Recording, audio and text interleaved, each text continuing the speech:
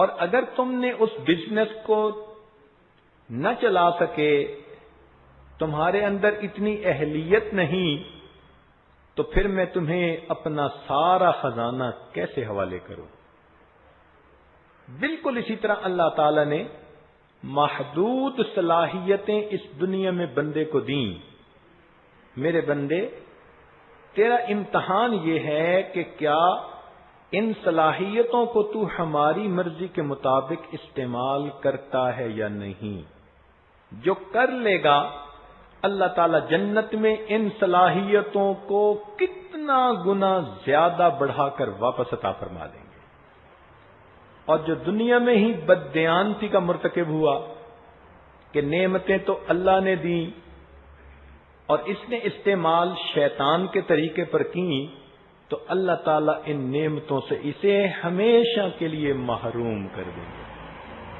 چنانچہ دنیا میں یہ کھانے کھاتا تھا، جب جائے گا قیامت میں تو جہنم میں بھیجیں گے اور کھانوں سے ہمیشہ کے لیے محروم کر دیا جائے گا۔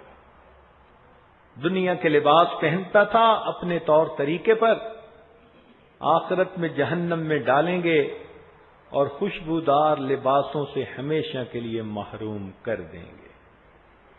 تو یہ آسان طریقہ ہے جنت پانے کا کہ انسان اپنے آپ کو اپنے رب کے حوالے کر دے۔ نتیجہ کیا ہوگا؟ فرمایا وَفِيهَا مَا تَشْتَهِيهِ الْأَنفُسُ وَتَلَذُّ الْأَعْيُنُ، جنت میں سب کچھ ہوگا جو تمہارا نفس چاہے گا، اور وہ چیزیں ہوں گی جو تمہاری آنکھوں کو لذت دیں گی۔ چونکہ دنیا میں اس نے دنیا کی چمک دمک سے آنکھیں ہٹائی ہوں گی، اس کا بدلہ یہ ملے گا کہ اللہ تعالیٰ آخرت میں آنکھوں کو لبھانے والی نعمتیں عطا فرمائیں گے۔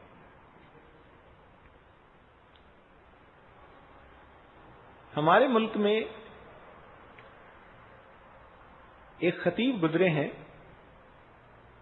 امیر شریعت حضرت عطا اللہ شاہ بخاری رحمت اللہ علیہ۔ ہمارے حضرت مرشد عالم رحمت اللہ علیہ کے گہرے دوستوں میں تھے۔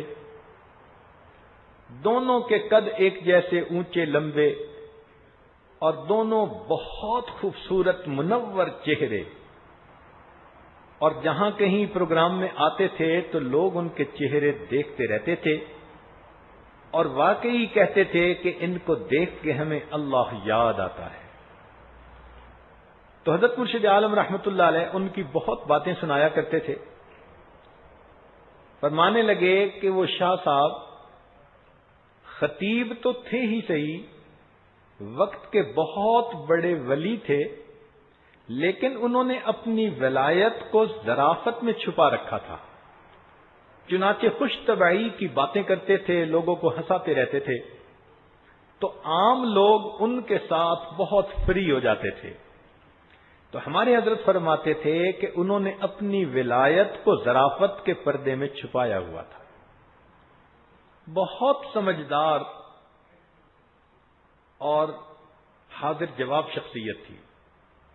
ایک مرتبہ انہوں نے کہیں بیان کیا تو جنت کا تذکرہ کرتے ہوئے فرمایا کہ وہاں ہر خواہش پوری ہوگی۔ تو ایک بوڑھا کھڑا ہو گیا مجمع میں سے اور کہنے لگا کہ شاہ صاحب ہر خواہش پوری ہوگی؟ انہوں نے کہا جی۔ کہنے لگا میں تو حقے کا عادی ہوں، تو کیا جنت میں مجھے حقہ بھی مل جائے گا؟ تو شاہ صاحب نے فوراً جواب دیا کہ ہاں بابا جی، حقہ بھی آپ کو مل جائے گا، لیکن اس کو جلانے کے لیے جہنم سے آگ لینے جانا پڑے گا۔ ایک مرتبہ شاہ صاحب ایک جگہ پہنچے جہاں ایک وکیل صاحب تھے جو بہت باتونی تھے، اور وہ دین والوں کی کوئی قدر نہیں کرتے تھے۔ تو وکیل صاحب نے سمجھا کہ چلو آج شاہ صاحب کو بھی تھوڑا ٹف ٹائم دیتے ہیں۔ ان کو کیا پتا کہ شاہ صاحب آگے سے کیا ہیں۔ کہنے لگا شاہ صاحب مجھے کوئی ایسا طریقہ بتائیں کہ انسان کچھ کھائے بھی اور پیے بھی اور روزہ بھی نہ ٹوٹے. مجھے کوئی ایسا طریقہ بتائیں کہ انسان کھائے بھی اور پیے بھی تو روزہ بھی نہ ٹوٹے.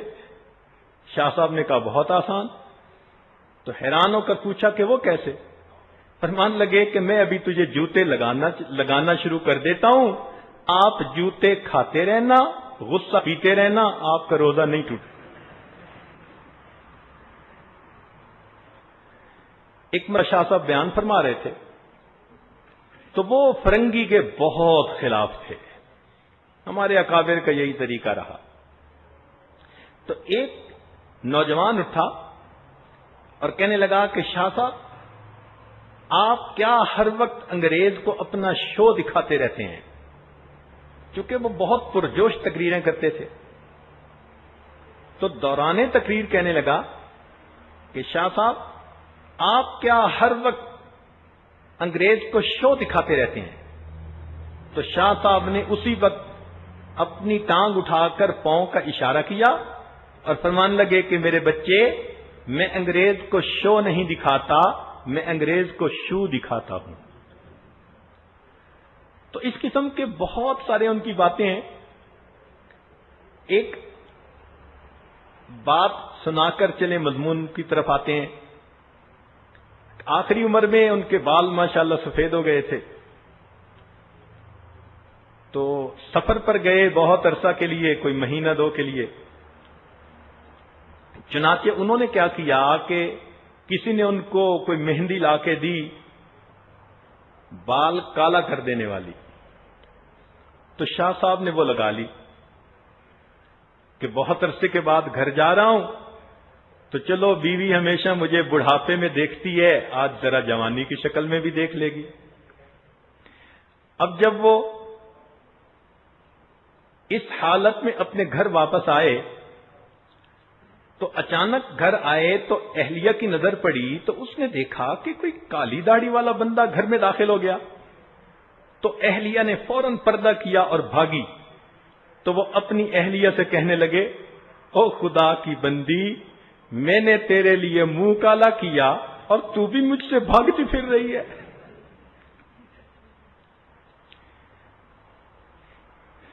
تو بہرحال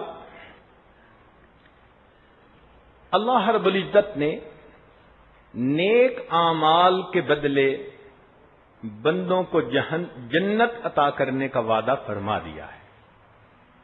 یہ نیک اعمال قیمت ہیں جنت کی، جس کے بدلے جنت میں بندے کے مکان کی الاٹمنٹ ہو جائے گی.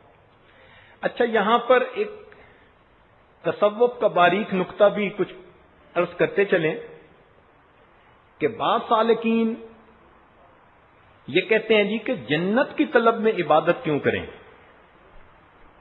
ہم اللہ کی رضا کے لیے عبادت کریں. بات تو بہت ہی پیاری ہے اور بہت ہی اچھی خوبصورت ہے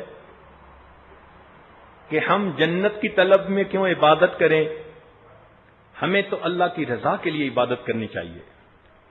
اور اس کی دلیل پیش کرتے ہیں کہ رابعہ بصریہ ایک مرتبہ ایک ہاتھ میں پانی کا لوٹا اور دوسرے کے اندر آگ لے کر چلیں.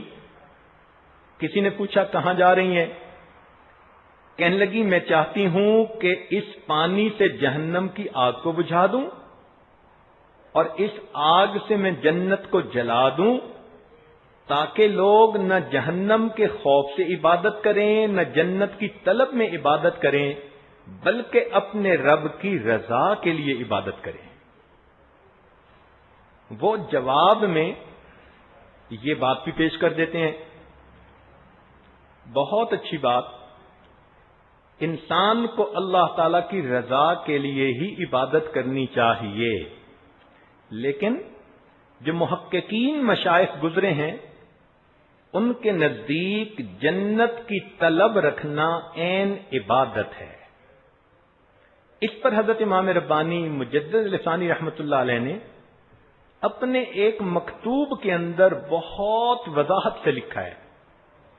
وہ فرماتے ہیں کہ جب اللہ رب العزت نے فرمایا کہ واللہ یدعو الی دار السلام، کہ اللہ تعالیٰ تمہیں سلامتی والے گھر کی طرف بلاتا ہے، جب قرآن نے بتلا دیا وَسَارِعُوا إِلَى مَغْفِرَةٍ مِّن رَبِّكُمْ وَجَنَّةٍ، آؤ جنت کی طرف، اپنے رب کی مغفرت کی طرف، تو جب پروردگار خود بلا رہے ہیں تو اب بندے کے لیے جنت کو طلب کرنا یہ عین منشاء خداوندی ہے۔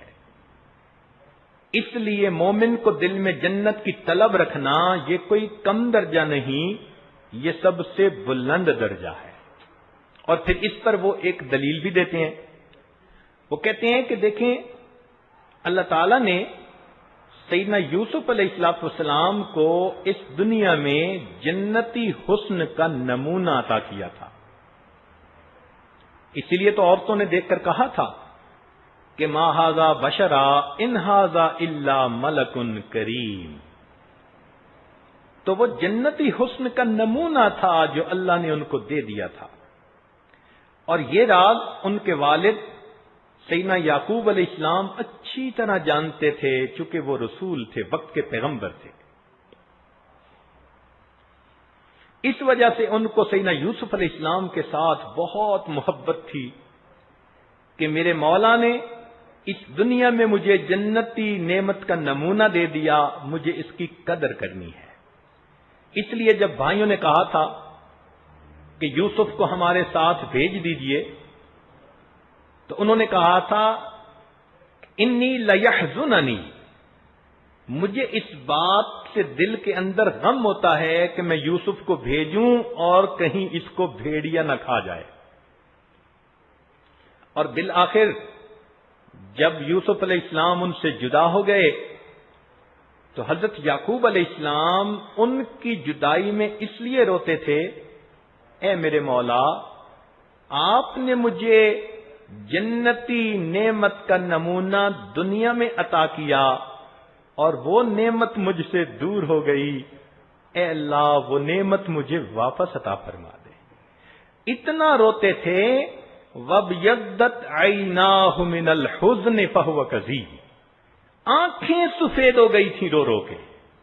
اب سوچئے، جو شخص ولایت کا پہلا درجہ پا لیتا ہے اس کے دل میں اللہ کی محبت ایسی آ جاتی ہے کہ اگر اس کا بیٹا بھی فوت ہو جائے تو اس کو دل پہ کوئی صدمہ نہیں ہوتا کہ میرے اللہ کے پاس چلا گیا۔ تو وہ تو نبی تھے، ان کا اپنے بیٹے کی جدائی پہ اتنا زیادہ رونا آخر کیا وجہ تھی؟ تو حضرت مجدد ثانی رحمت اللہ علیہ فرماتے ہیں کہ وہ فقط بیٹے کی جدائی پہ نہیں روتے تھے، وہ اس نعمت کی جدائی پر روتے تھے جو اللہ نے دنیا میں عطا کر رکھی تھی۔ تو معلوم ہوا کہ جنت کی نعمتوں کی طلب رکھنا، قدر کرنا یہ عین منشاء خداوندی ہے۔ اسی لیے تو پروردگار نے ہمیں فرمایا کہ آؤ جنت کی طرف۔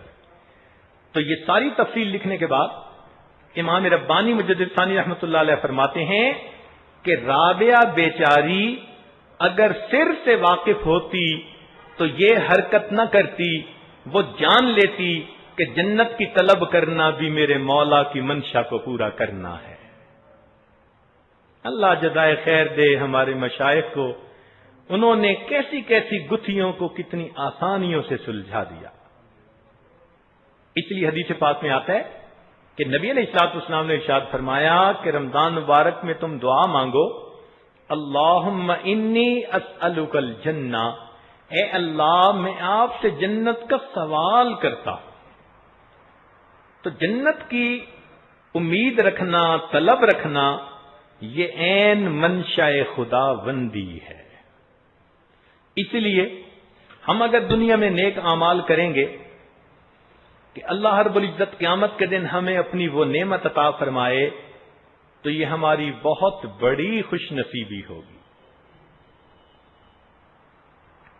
چنانچہ قیامت کے دن جب نیک لوگ اللہ تعالیٰ کے پاس پہنچیں گے تو اللہ تعالیٰ ان کا استقبال کر کے ان کے نتیجے کا اعلان فرما دیں گے.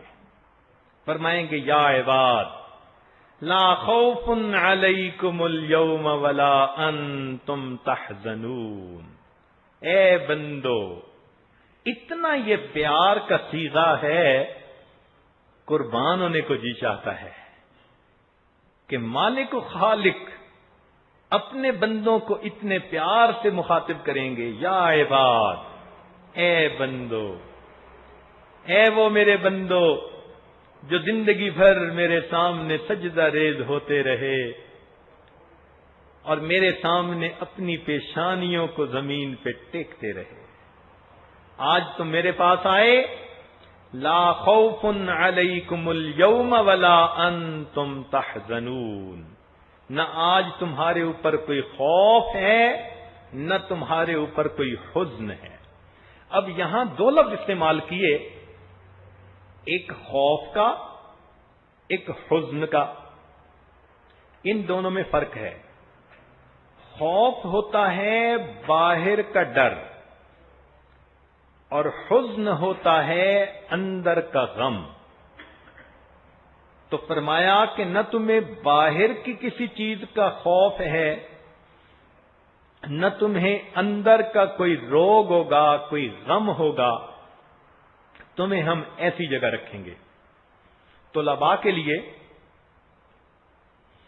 خوف ہوتا ہے معات کا، آنے والے کسی صدمے کا خوف ہونا جو آنے والی چیز ہو، اور حزن ہوتا ہے ما فات کا، جو فوت ہو چکی، یعنی جو گزر چکی اس کا غم وہ حزن کہلاتا ہے، اور کوئی آنے والا صدمہ ہو تو اس کا خوف کہلاتا ہے.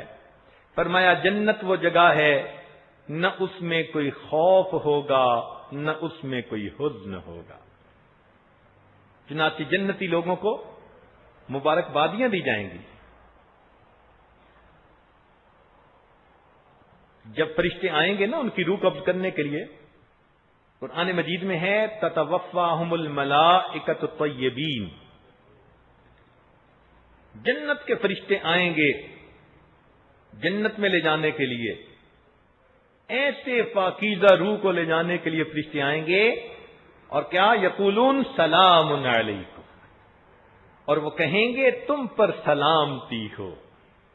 اب سلام کا لفظی مطلب تو سلامتی ہے، لیکن اپنے سمجھنے کی خاطر اس کا مفہوم یوں بنتا ہے سلام علیکم، تم پر سلامتی ہو، تمہیں مبارکباد ہو، اور تمہیں شاباش ہو، اور تم جیتے رہو، تم نے کتنی اچھی زندگی گزاری. سلام علیکم کا یہ مفہوم بنے گا. تو فرشتے بھی مبارکیں دیں گے کہ تم کتنے اچھے زندگی گزارنے والے تھے، سلام علیکم. خوش ہو کے کہتے ہیں نا بچے کو بیٹا جیتے رہو. بالکل یہی مفہوم ہے سلام علیکم کا.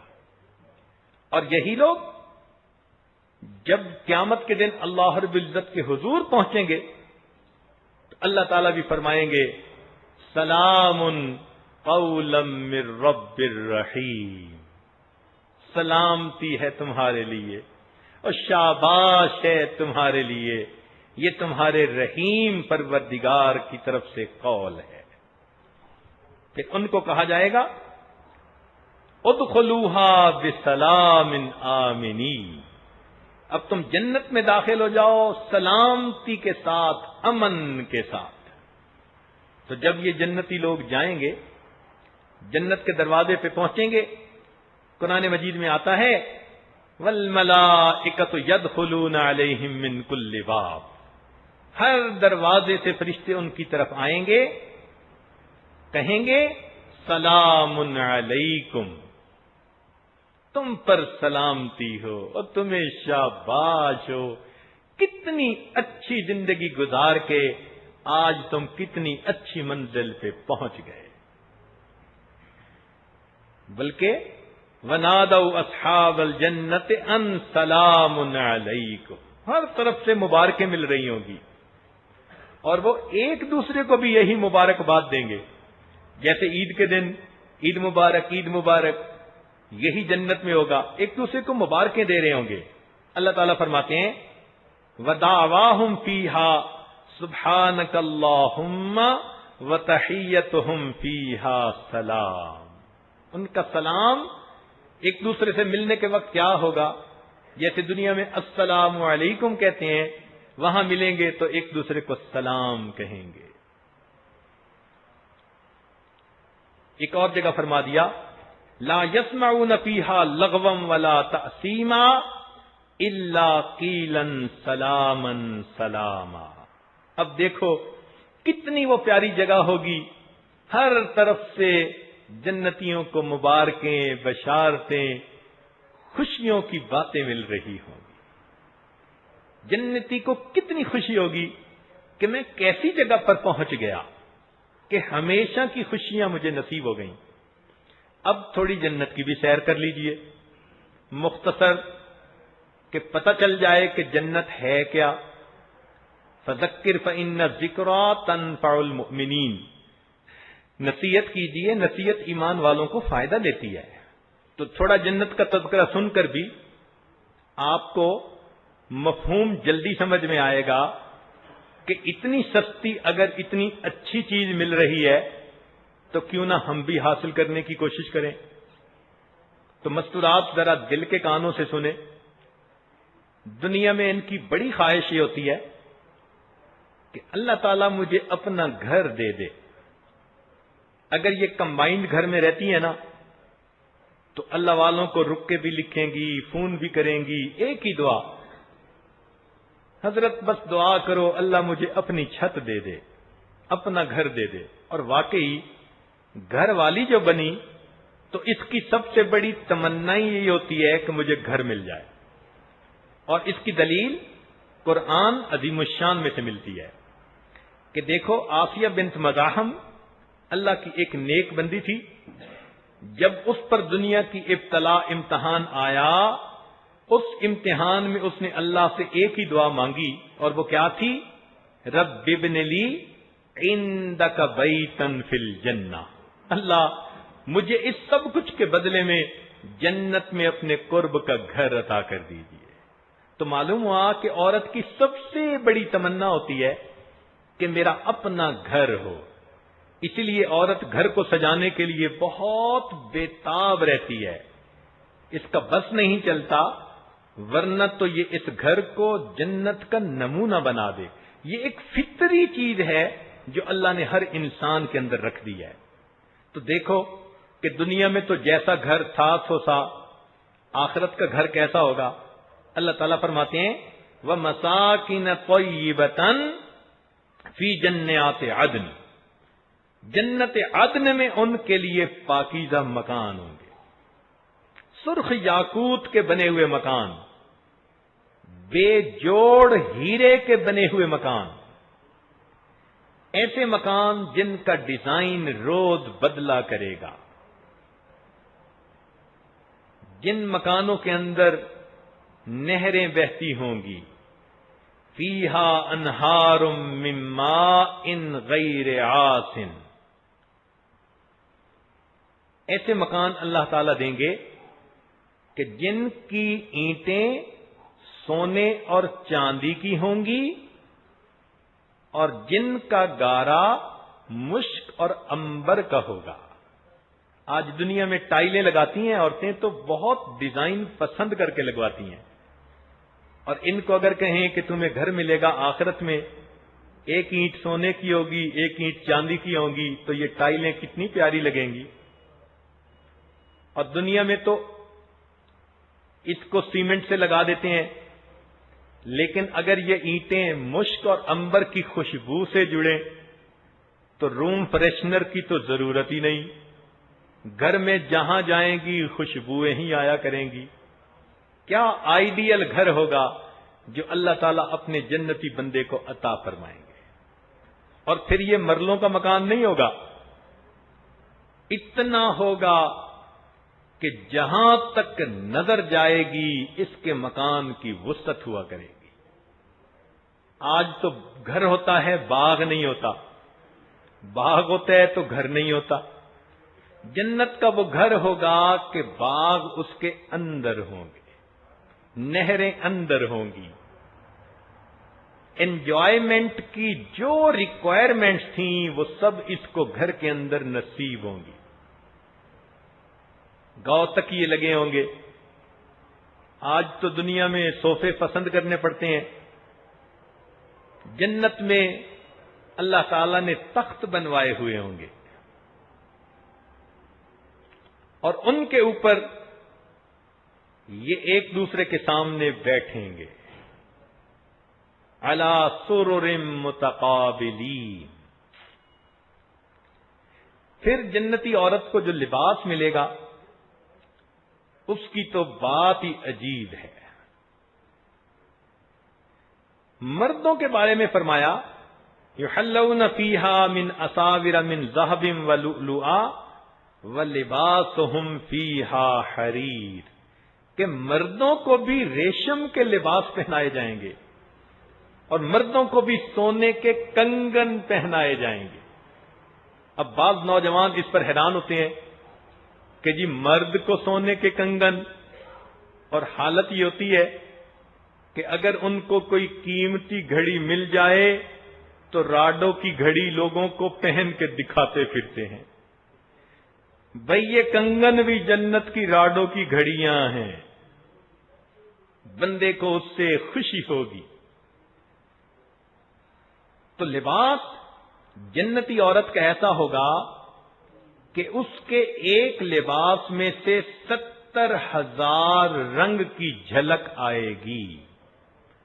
دنیا میں تو 2-4 شیڈ ہوتے ہیں اور انہی پہ کپڑے بن جاتے ہیں، تو عورتیں بیچاری مشکل سے جا کے مہینے بعد 2 بعد پھر ایک سوٹ خریدتی ہیں اور پھر وہی دھو کے پہننے پڑتے ہیں۔ جنت میں نہ دھونے کا مسئلہ، نہ استری کرنے کا مسئلہ۔ حدیث پاک کا مفہوم ہے کہ جنتی عورت کے گھر میں ایک درخت ہوگا انار کا، وہ انار کے ایک پھل کو توڑے گی اور اس میں اس کے لیے نیا سلا ہوا ایک لباس نکل آئے گا۔